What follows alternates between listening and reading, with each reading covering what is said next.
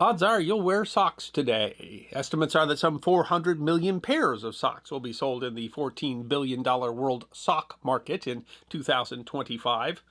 Sock maker Tall Order notes that the average American owns between 10 and 20 pairs of socks, and they suggest you should own at least 10 because the average young adult in America only does laundry every 7 to 10 days, and you should wear a new pair of socks every day. But how long has that been going on? Well, the Philadelphia Inquirer wrote in 2019, you might find it hard to believe, but of all clothing, socks are the oldest type of clothing still in use today. Your socks have a history so fascinating that it might, well, knock your socks off.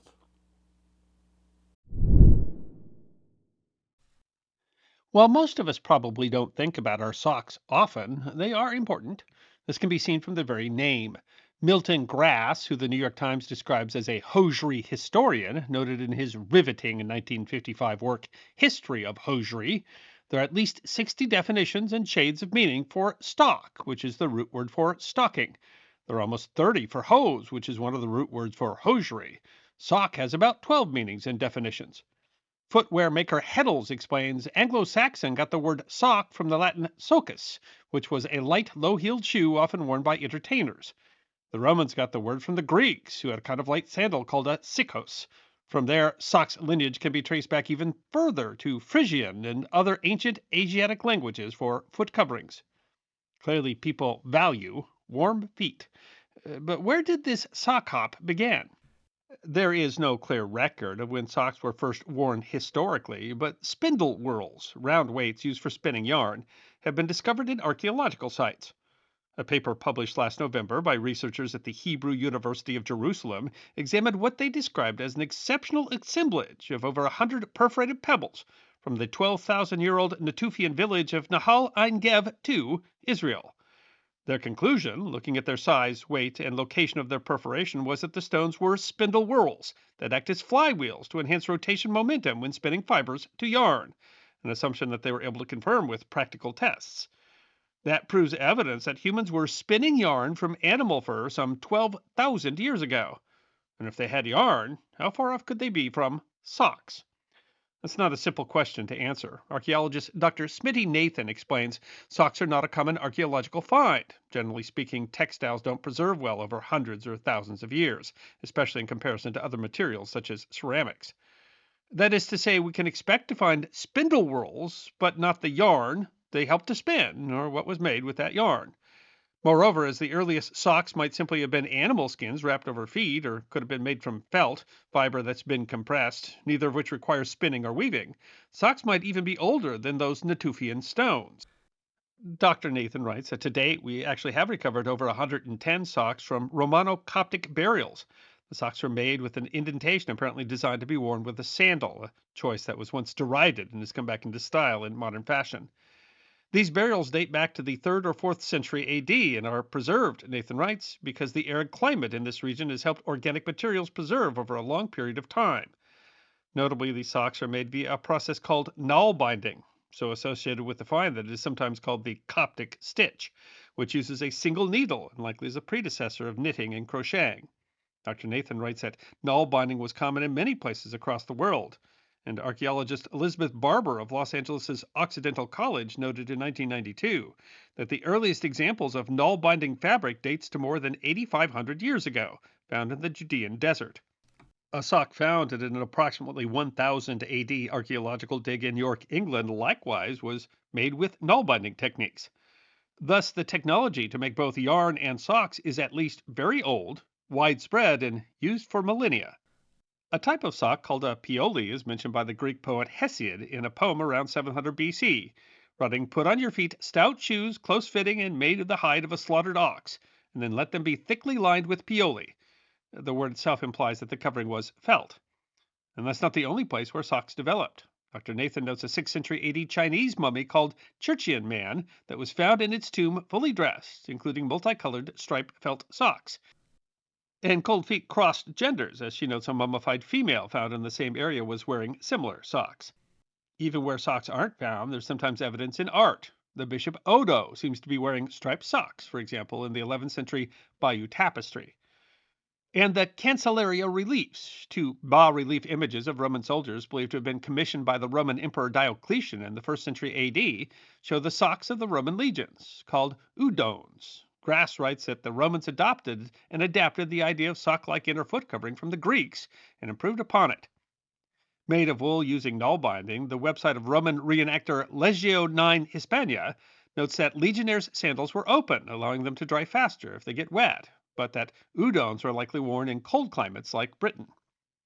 Grass explains that sometime between the 4th and 5th century AD, the Catholic Church adopted stockings as we know them as part of the dress and liturgical vestment of the Christian clergy. Grass goes on to argue that the citizens of Rome also took up the fashion. But then he writes the stockings were cut and sewn and made of linen and later silk. They were pulled over the foot, extended above the knee, and fitted the contour of the foot, calf, and leg. Grass notes that it was more than 1,200 years between when Hesiod mentioned pioli and the advent of these cut and sewn socks. Sock making did become easier. Archaeological evidence suggests that knitting was invented in Egypt in the 11th century and traveled from there to Europe in the 12th century and was common throughout Europe by the 14th century. The website of Alabama Wholesale Socks speculates that socks drove the process. As the demand for socks grew, the art of knitting spread throughout Europe, becoming an essential trade in many regions. But socks or stockings were still definitely an upper class privilege. Heddens writes, however, for most of recorded human history, the role of socks has been played by various forms of foot wraps. Single pieces of fabric that can be folded or wrapped around the foot are far easier to produce and therefore accessible and replaceable for most people. Roman soldiers and Greek elites could afford their fancy sandal liners, but most people were trotting around in simple foot wraps.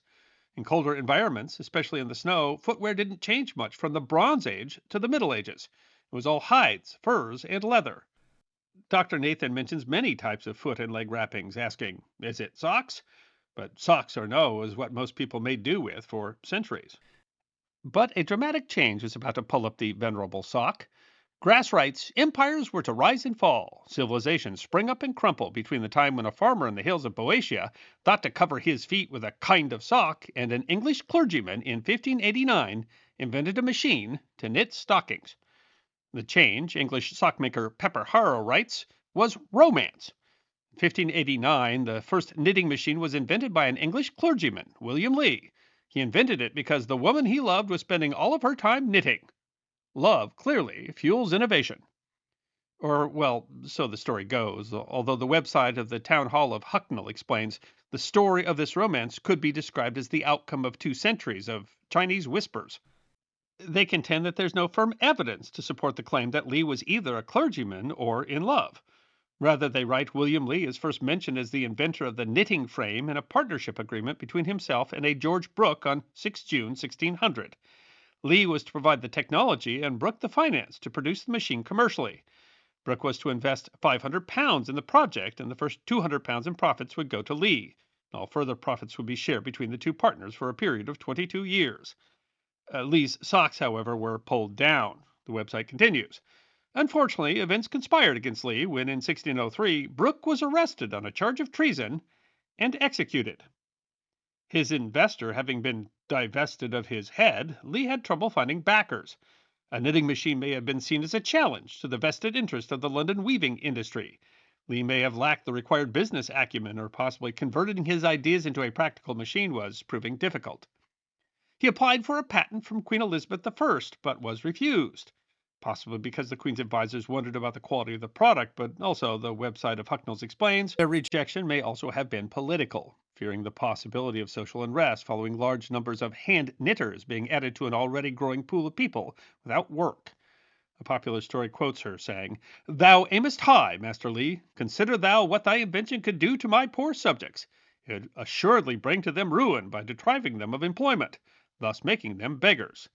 Although, again, that story is not documented. It is documented, however, that he moved to France, where he found a more receptive audience and was granted a patent by Louis XIII. He found backers and was last mentioned in a French legal document in 1615. His machine had revolutionized the sock. The Hucknall website concludes, the invention of the knitting frame was a remarkable achievement for its day and predated the true Industrial Revolution by almost 200 years. By hand, it took 2 working days to knit a single stocking, but using a knitting frame, this could be achieved in 1/12 of the time. Lee's design was used for centuries, and modern machines work on the same principles.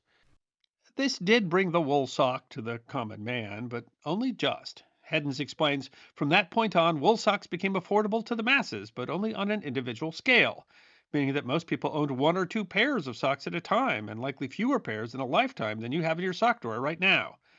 As gross as it sounds to us now, socks were worn for days on end before being washed and put right back on. If any damage occurred, they were darned and patched until threadbare and unwearable. The application of power to operate the machines in the 19th century again revolutionized production. Grass notes that production of stockings in the U.S. in 1810 was 48,279 dozen pairs, but in 1860 it was over 1.9 million dozen pairs. By 1900 it was nearly 30 million dozen pairs. But socks were still commodities to preserve. That trend continued. While almost completely forgotten skill today, even after Lee's invention, the darning of holes in socks was quite common through the 20th century. If you weren't, quite possibly your mother was taught how to darn socks, and if not, her mother almost certainly did. According to Paul McCartney, Father Mackenzie was darning his socks in 1966. However, Grass notes that the inclusion of nylon blends, introduced in 1939 to reinforce the toe and heel of men's socks, has increased their wear so greatly that darning is almost unnecessary. Socks were a particular issue for militaries, prompting them to continue to use wraps such as puttees into the 20th century. Heddels writes, from the American Revolution and Civil War to the Napoleonic Wars and World War I, history is filled with countless horror stories resulting from socks being in short supply.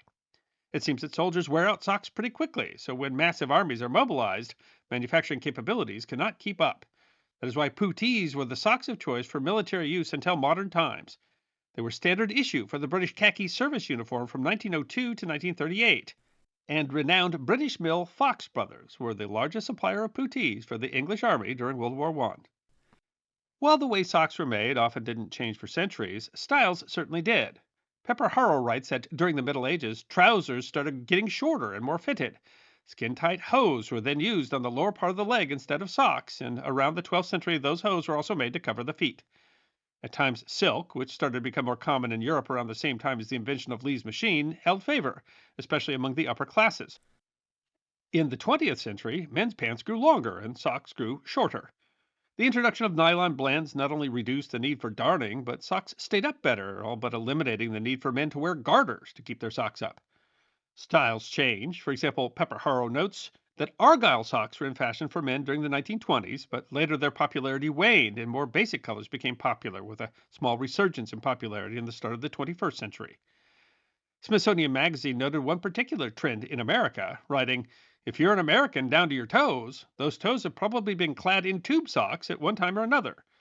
Tube socks rose with the rise of popularity of soccer and basketball in the United States, games played in shorts. With so many bare, hairy legs suddenly on display, Smithsonian writes, knee-high socks called high risers became essential accessories.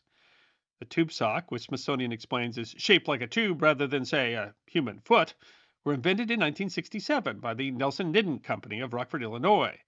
The design simplified manufacturing, reduced production costs, and became a cultural icon owing to their use by professional athletes, as well as in film and television. However, Smithsonian writes, the tube sock was not actually very comfortable to wear. The instep tended to bunch at the ankle, and the slack fit could cause blisters. Tube socks have been eclipsed by similar-looking athletic socks with shaped heels. Still, the iconic look of knee-high socks, heel or no, continues to demonstrate the impact that socks have on culture. By tradition, St. Nicholas placed gifts in socks that were hanging over a fireplace to dry, and because of that, there is still a tradition of giving Christmas gifts in stockings, ironically, among the most popular being socks. There are entire pages on the World Wide Web discussing whether socks are good or bad gifts, but one thing that we know for sure, socks are going to continue to be part of the human experience, because even after thousands of years, feet still get cold. I hope you enjoyed watching this episode of The History Guy, and if you did, please feel free to like and subscribe and share The History Guy with your friends. And if you also believe that history deserves to be remembered, then you can support The History Guy as a member on YouTube, a supporter on our community at Locals, or as a patron on Patreon. You can also check out our great merchandise shop or book a special message from The History Guy on Cameo.